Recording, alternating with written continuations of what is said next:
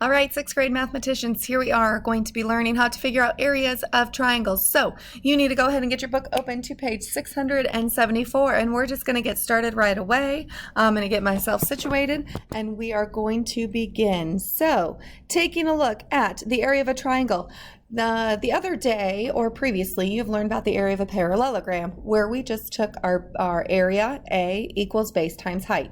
So again, when we talked about the area of a parallelogram, it was base times height. I don't know why I just wrote two B's. There we go. Base times height. That was our formula.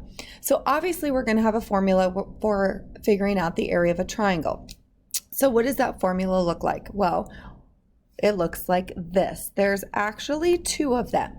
Okay, and you can choose which one you want to use. I'm going to tell you which one I like to use, but it's really up to you which you feel more comfortable with.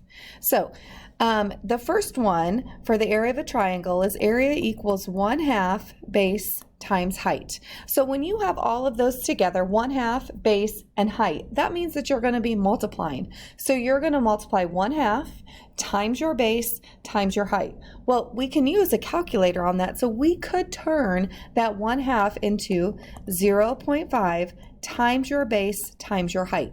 That seems super easy, right? Again, there's no right or wrong on which one you want to use or what you prefer, but you could type in 0.5 times your base times your height to get your area of a triangle. Now, the other option of a formula is area equals base times height divided by 2. I don't know why, but I really like this one. Okay, again, it doesn't matter. You are going to take your base times your height and always divide it by 2. Let's see why that actually makes sense, because there's a reason why it makes sense. So take a look over here at this vocabulary word. It says congruent. Congruent figures are figures that are the same shape and size. A parallelogram, hint, we talked about a parallelogram in the formula before, which equals base times height. Okay, a parallelogram can be formed by two congruent triangles, meaning that if I have two of the same triangles, I can put them together to form a parallelogram. True story. So take a look. This triangle right here is the exact same as this triangle right here. Now notice, when they are put together, look at what happens. It is like magic. They form a parallelogram. Take a look. So now that you see that when you take those two triangles, two congruent triangles, two triangles that are the exact same, they form a parallelogram. Hence why we divide by 2, or we take half of base times height, because this triangle right here is half of this triangle, which forms a parallelogram. Okay, so that's the reason how we got the formula to be the formula that it is. So quick example right here. We're going to find the area of this triangle. Again, we're going to use 1/2 base times height, which again, when you put that in your calculator, you're going to put that in as 0.5 because that is 1/2. Or you can actually put the fraction 1/2 in, should you choose. So let's take a look at the base. Our base is 1, 2, 3, 4, 5, 6. So it would be 5 tenths times 6, and let's figure out our height. Remember our height, we have to have the 90-degree angle. 1, 2, 3, 4. So here we go. So now we have this, and we are going to multiply them all together. Well, first of all, I know 6 times 4 is 24. Now, if you think about 1/2 of 24, well, what is half of 24? That's 12. Okay, so it's no different than taking your 0.5 and multiplying it by 24, and you're going to get 12. So our answer is 12 units squared. Okay, all right, let's move on down to the next page. Let's practice the area of a triangle with A and B right here. So we're going to do A. So go ahead and write a little a. Remember, we're going to write our formula first. So area equals base times height divided by 2, or don't forget, you can also use area equals 1/2 base times height. Okay, totally up to you.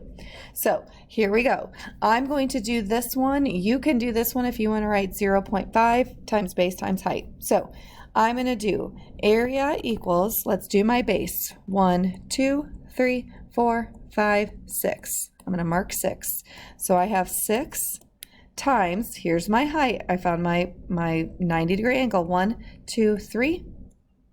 And then I'm going to divide that by 2. So now I go ahead and I solve. So area equals, what is 6 times 3? That is 18. 18 divided by 2 equals 9, and it's units squared because I don't have the unit of measure. They didn't tell me, but it's units. All right, so let's go ahead and do B. So we'll do B right here. Area equals base times height divided by 2. Again, write it down. It must be written down. So let's take a look at the base. Notice here's my height because it is going with my perpendicular 90-degree angle. So here is my base. So I have my base. So area equals 9 times 7 divided by 2. So area equals, what is 9 times 7? 63. 63 divided by 2, and on a calculator, which I've already done, is 31 and 5/10. And we notice that it's feet squared. Okay, find the missing dimension. Guess what, guys? This is going to be the exact same thing as finding the missing dimension of a parallelogram. We are still going to continue to write out our formulas and fill in what we know. So let's just get started and take a look at C. So here's C. Okay, we see that we have the area. We see that we have the height. We see we are missing the base. So my area equals base times height divided by 2. Let's fill in what we know. We know the area. The area is 40 meters squared. We know that we are missing the base, so that's going to be our B. And then we have our height of 8. And we're going to divide that by 2. Now, we need to get the B by itself. So how do I get the B by itself? Since I am dividing by 2, the first thing I want to do is I want to multiply both sides by 2 to get rid of this. So I'm going to go ahead and multiply this side by 2, and I'm going to go ahead and multiply this side by 2.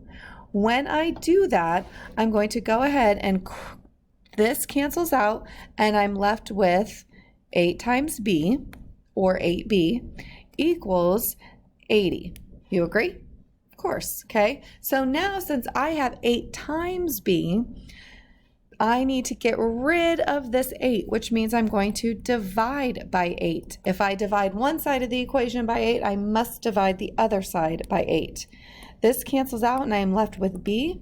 So 80 divided by 8 is 10. Therefore, we believe that the answer is 10 meters. Okay, so we believe that this is 10 meters. Make sure you put a label on it. Okay, if you don't have a label, you're going to miss points, and that seems silly. Okay. So that is finding the missing dimension there. All right, let's take a look at this one, D. So again, we have area equals base times height divided by 2. We know the area, which is 72. And then I see that we have our base, but we don't have our height, so our base is 12 times h divided by 2. Now, we want to get rid of that dividing by 2 first so that it's gone, so I'm just left with the multiplying of 12 times b. So if I'm dividing by 2, the inverse operation is multiplying by 2. So whatever I do to one side, I have to do to the other. So on this side, I'm left with 12 times h equals, now 72 times 2 is 144. Now, since I'm multiplying by 12, the inverse operation of multiplying by 12 is dividing by 12. So I'm going to divide both sides by 12. I am left with h. 144 divided by 12 is 12. And we've got to make sure that we put a label on it. It is 12 yards. So we believe that the height is 12 yards. Okay, let's take a look at some more examples. Go ahead and flip over to the next page. And let's do the area of the triangles here. All right, and I'm still going to stick with dividing by 2. Again, if you want to use the calculator and do 0.5 times base times height, you can do that, or 1/2. If you type it in your calculator as a fraction, up to you. All right, so here we go. Area equals base times height divided by 2. Here's my base, 1, 2, 3, 4. My height, 1, 2, 3. So area equals base, which is 4, times my height, which is 3, divided by 2. So area equals 4 times 3 is 12. 12 divided by 2 is 6. So my area is 6 units squared. 6 units squared. Oh, I guess I could have wrote that up there. 6 units squared. Okay. The next one, area equals base times height divided by 2. Here's my base. Area equals 12 times my height is 8 divided by 2. Now I'm going to multiply first. 12 times 8 is 96 divided by 2, and I get 96 divided by 2. I get 48. Up here it's going to be 48. Don't forget my label, feet squared. Okay, if I'm going too fast, or if you want to do the calculations on your calculator, go for it. The next one, then the last one for the area, base times height divided by 2. Area equals, our base is 15.6 times our height, which is 11.25, and we're going to divide those by 2.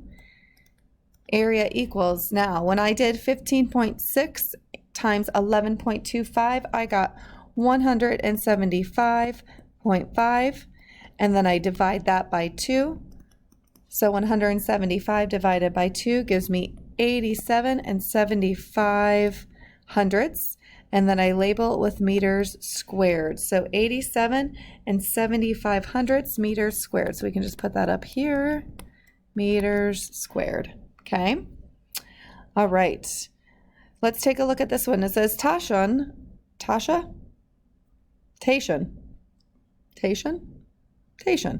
designs uniquely shaped ceramic floor tiles. What is the base of the tile shown below? So now what we're going to do, we're missing the dimensions. So we're going to fill in what we know. Again, we're going with area equals base times height divided by 2. We have our area of 21 equals, we're missing our base, but we're timesing it by 6. So now we are getting that 6 by it, or then dividing by 2. So now we have to get that b by itself. So the first thing we have to do is get rid of that dividing by 2, which means we're going to multiply both sides by 2. When I multiply both sides by 2, and I usually like to write going up and down, okay, going vertical, but I'm going to have to write horizontal. When I take 21 times 2, I get 42. And then this is going to cancel out, and I'm left with b times 6. So the inverse operation of multiplying by 6 is going to be dividing by 6. That cancels out, and I'm left with just b. And 42 divided by 6 is 7. So I know, and I label it 7 inches. It is not inches squared because it is not the area, it is the base. Okay, so that is how we find the area of a triangle, and then how we find the missing dimensions of a triangle when you don't know part of it. All right, so you should be good to go. You have now learned how to do the area of a triangle. Go ahead and do whatever it is that you need to do next to make yourself be a better mathematician. Good job, 6th graders.